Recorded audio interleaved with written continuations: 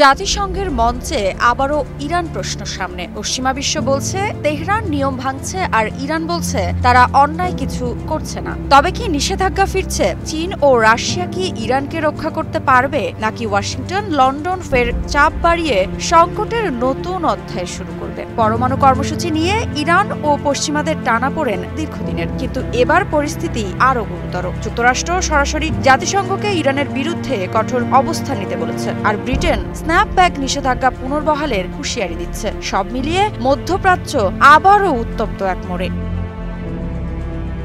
এদিকে যুক্তরাষ্ট্র 12 মার্চ জাতিসংঘ নিরাপত্তা পরিষদকে আহ্বান জানিয়েছে ইরানের পরমাণু কর্মসূচি নিয়ে কঠোর ব্যবস্থা নিতে। ওয়াশিংটনের অভিযোগ, ইরান নিরাপত্তা পরিষদের সিদ্ধান্ত মানছে না, IAEA এর নিয়ম উপেক্ষা করে এবং আন্তর্জাতিক উদ্বেগকে গুরুত্ব দিচ্ছে না। যুক্তরাষ্ট্র মনে করিয়ে দিয়েছে ট্রাম্প প্রশাসনের সর্বোচ্চ চাপ নীতি ইরানকে পারমাণবিক অস্ত্র অর্জন থেকে দূরে রাখার সবচেয়ে কার্যকর উপায় ছিল। তবে ইরান এই অভিযোগ সরাসরি অস্বীকার করে বলেছে তাদের পরমাণু কর্মসূচি পুরোপুরি শান্তিপূর্ণ, আর এই বৈঠকের কোনো আইনি বা প্রযুক্তিগত ভিত্তি নেই।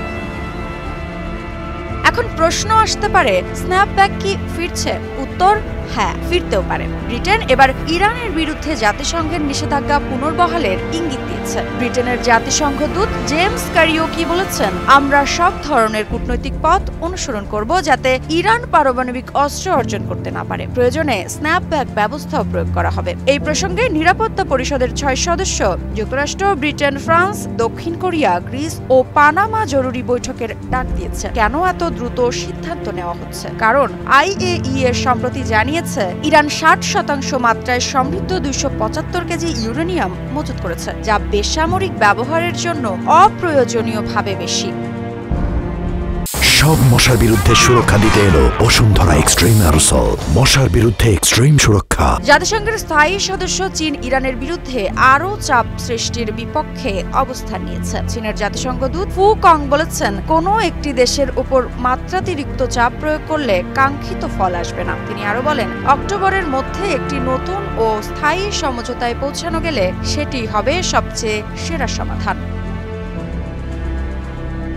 2015 সালে ইরান পরমাণু চুক্তি জ্যাকোপা করেছিল যুক্তরাষ্ট্র, ব্রিটেন, জার্মানি, ফ্রান্স, চীন ও রাশিয়ার সঙ্গে। চুক্তি অনুযায়ী ইরান তার পরমাণু কর্মসূচি সীমিত করবে এবং এর বদলে নিষেধাজ্ঞা শিথিল করা হবে। কিন্তু 2018 সালে ডোনাল্ড ট্রাম্প প্রশাসন একতরফাভাবে এই চুক্তি থেকে বেরিয়ে গেলে ইরানও ধাপে ধাপে চুক্তির শর্ত লঙ্ঘন করতে শুরু করে। এখন ইউরোপের দেশগুলো জাতিসংঘকে জানিয়ে দিয়েছে তারা 18 অক্টোবরের আগেই নিষেধাজ্ঞা পুনর্বহাল করতে পারে, কারণ এরপর তাদের আর হাতে সেই সুযোগ থাকবে না।